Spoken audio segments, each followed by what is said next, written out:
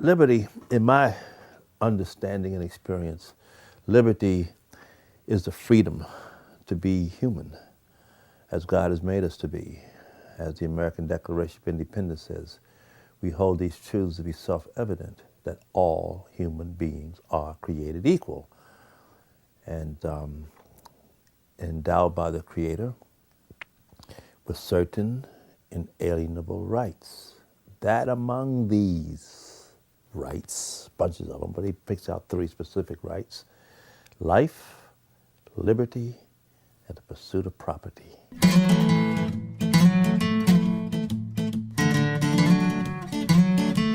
Going in there? Great. This is George.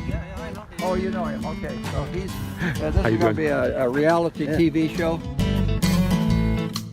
So it's going to be the first shot of the reality TV.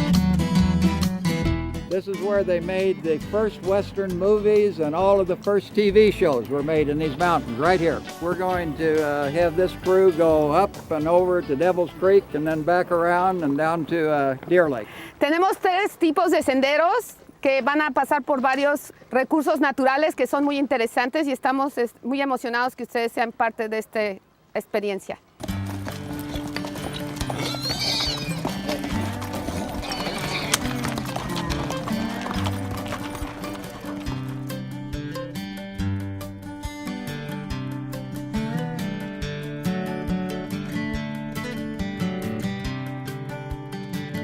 Concrete presents a very difficult challenge in our cities because it stops the water cycle.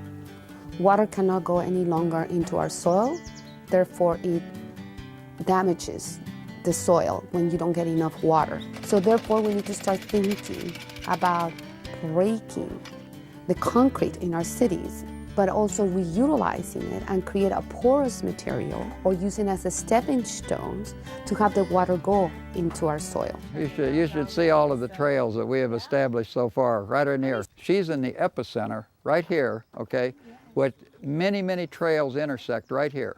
And they used to always come right through the middle of her property. She'd prefer not. She'd like them at both ends, okay?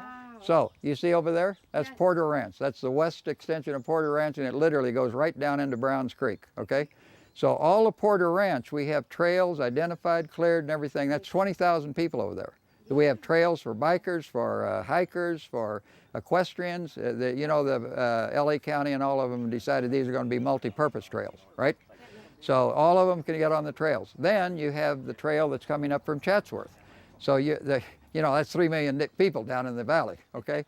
So right here, this is where they all intersect to basically get up into the mountains, back here.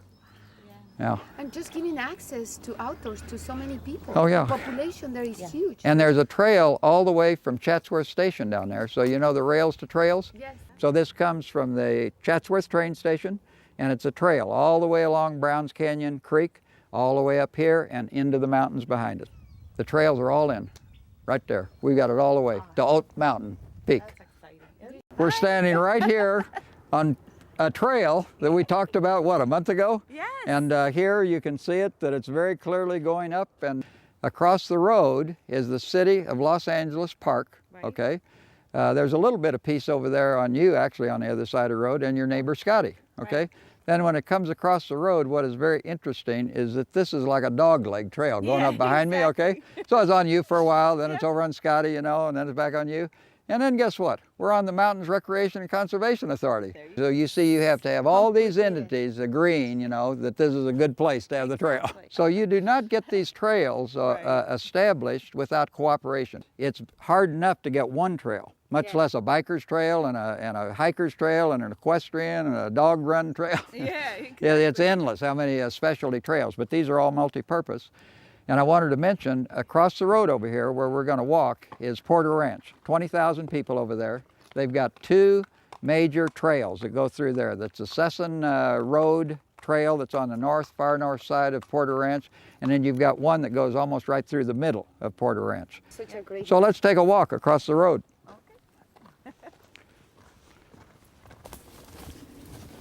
All the work that we have done with the mapping, the photography, the contours and the examples I think it's going to You got a help. bad back, I know. Thank you. Let It's me going to you. help everybody to see our goal and to see our purpose. Yes. And Otis, how many years have you been riding these trails? 20 years or more. Oh my God, 20 years. You've been knowing me almost 20 years. How about 40 or so? So this service road goes probably 2 miles up to the north Okay. and goes all the way back to the Sesson Trail, which goes 3 or 4 to 5 miles over to O'Melveny Park, which is the far east side of the valley over there. Well, it's almost right to the 5, okay? Yeah, it's Granada Hills, right. And the way the code is written, when you have slopes this high, they have to put in service roads. Well, those service roads can be just as well trails, you know? Absolutely. So they can get Multi-purpose. a nice benefit from those trails. And then these trails intersect with crossovers along this way. We've got a trail that goes down and around here and back up right into Porter Ranch, where they spent $1 million for a bridge to cross a road, a trail bridge. So they've put huge money into these trails, and yet they all dead end into places like this, Right. because nobody's cooperated with the private property owners to try to get these easements. This has been going on for 40 years, Marcella. 40 years. Incredible. You know, just put the boot on the neck, you know, and they think they're going to get it. And they want to convert all of our access roads into trails. You know what the county calls them? De facto trails. Oh my De facto goodness. trails.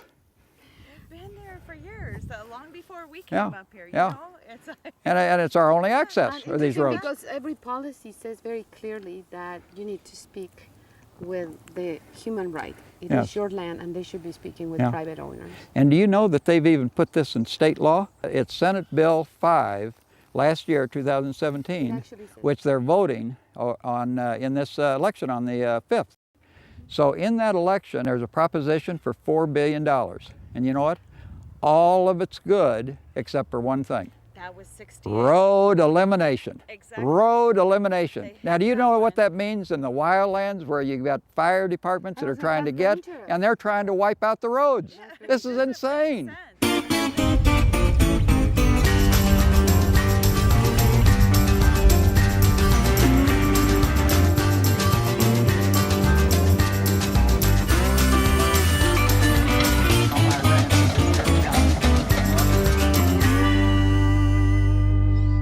Okay, this is Irving over here. How you doing? Excuse me. Yeah, that's okay. Justin, my epiphany was that I remember the days when we used to buy farmland back in Illinois. The land was restricted; no blacks or whatever could live on the land, and so of course that all went away with the civil rights legislations and everything.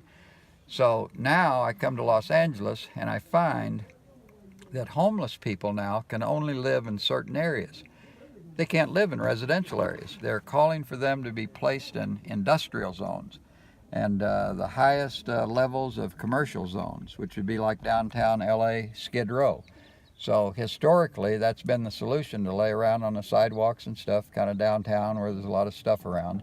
But this is not a decent environment for people. I think it's unconstitutional what's being done, because it's taking a class of people, okay, and saying you can only live here in these highly polluted industrial areas, and this is just not right. So I think we're going to be going to court on this one. I am sitting here between two amazing guys, and it's kind of amazing how it all happened. I've been in a city planning architect for 55 years, I think now, and about 2 years ago that I decided to go down and work with people that are in the communities that I've always worked with, government and large institutions and what have you, and that's really what led to meeting people like Rock Johnson and Ted Hayes over here. You know, I went to jail at 12, over 20-something boys' homes, went to youth authority, went to prison at 15, did 70 years, got out for 6 months, went back and did 13 more years. And I've been out now 28 years because of Jim Brown's American Foundation, in which I was the National Chief of Staff of his program since 1993. And meeting Wayne, he's almost the white version of Jim, because Jim really cares about people. And he don't care what color you are. You know, he cares about people. And Wayne cares about people. And Wayne's targeting a group of individuals that grew up in the neighborhoods, in the hoods, in South Central, etc. And he's really trying to reach out and help and give back something. You know, we had some guys come up to the ranch and do some work, and the guy like, man, I ain't never in my life made $15 an hour, let alone $5 an hour. You know, it just shows you how far back Wayne really reaches to try to make a difference with no agenda.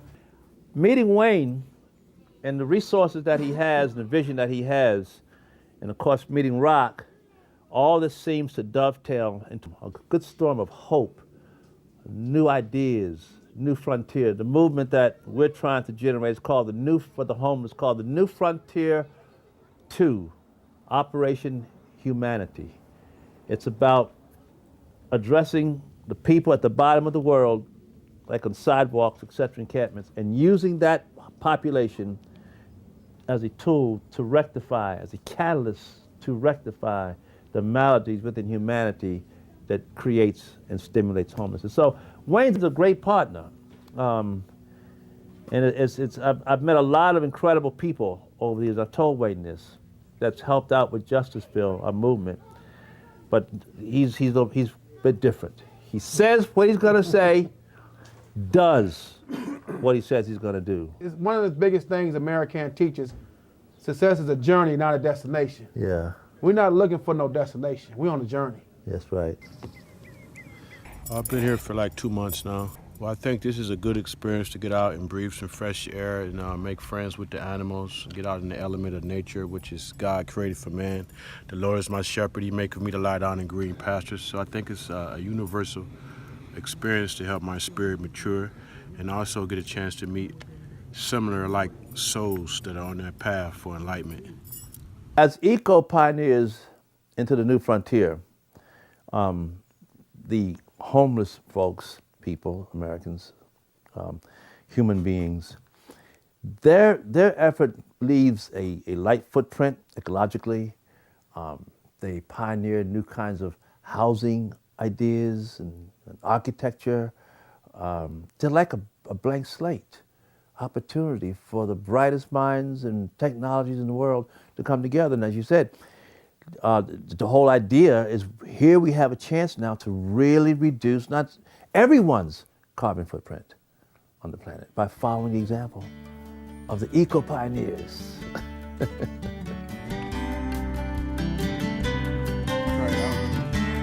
a blade?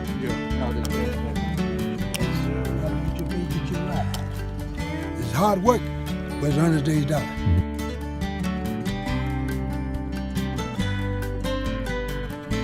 Bob Marley was a rebel just like I am too.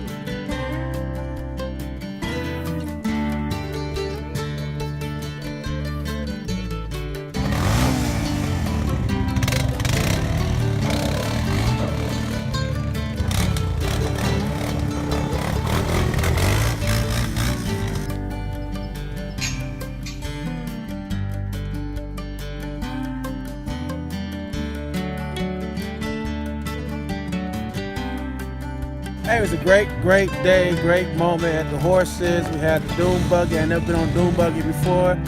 Kind of scared me at first, going a little fast. I had to get used to it for a big guy. But great family atmosphere. It's a great situation. And Annie for being the host.